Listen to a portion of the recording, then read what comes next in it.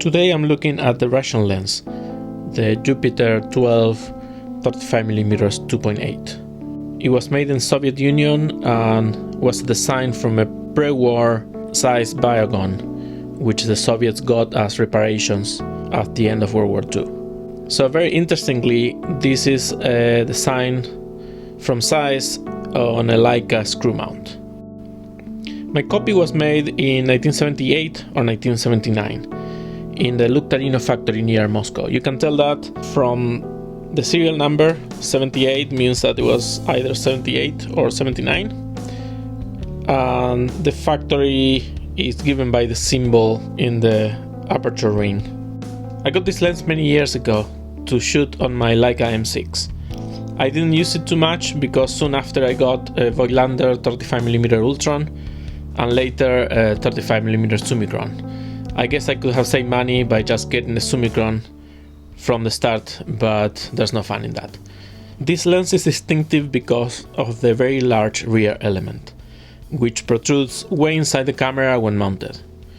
It mounts just fine on a Sony mirrorless and of course on a Leica, but for example on Fuji this rear element will hit the size of the mount and prevent it from mounting. The other characteristic, also inherited from the Zeiss Biogon, is the aperture control, which is kind of recessed into the front of the lens and forces you to look into the lens to change the aperture.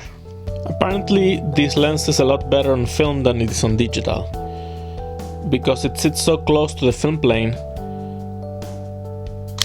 the image projected onto it comes at a very steep angle, and that is something that digital sensors don't really like too much.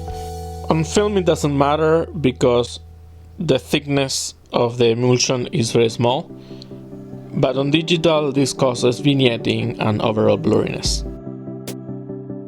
I always try to mount my adapted lenses on helicoid adapters, so this allows me to focus them a bit closer than whatever they were designed for. This Jupiter will focus as close as 1 meter, but with the helicoid adapter I can focus to about 30 centimeters or so. The focus on ring feels very nice and smooth, and the lens overall is very pleasant to use, other than the aperture control, which as I said before is a little bit clumsy. Keep in mind that one problem of Soviet lenses is the uneven quality control. If you get a good one, they can be excellent, but the quality is not very even across samples. Images are sharp in the center with an obvious unsharpness on the edges and corners. In any case, this sort of character is the reason I love lenses like this one. The lens also flares quite a bit when the sun is in the frame. Again, this adds to the distinctive look. Autofocus highlights can be interesting too because of the 5 blades in the iris. All in all, this is a nice 35mm lens in Leica screw mount. It's very usable, it has a vintage look and a very interesting history. If you want to try these old German lens designs from before World War II, the Soviet versions are hard to beat in price and quality.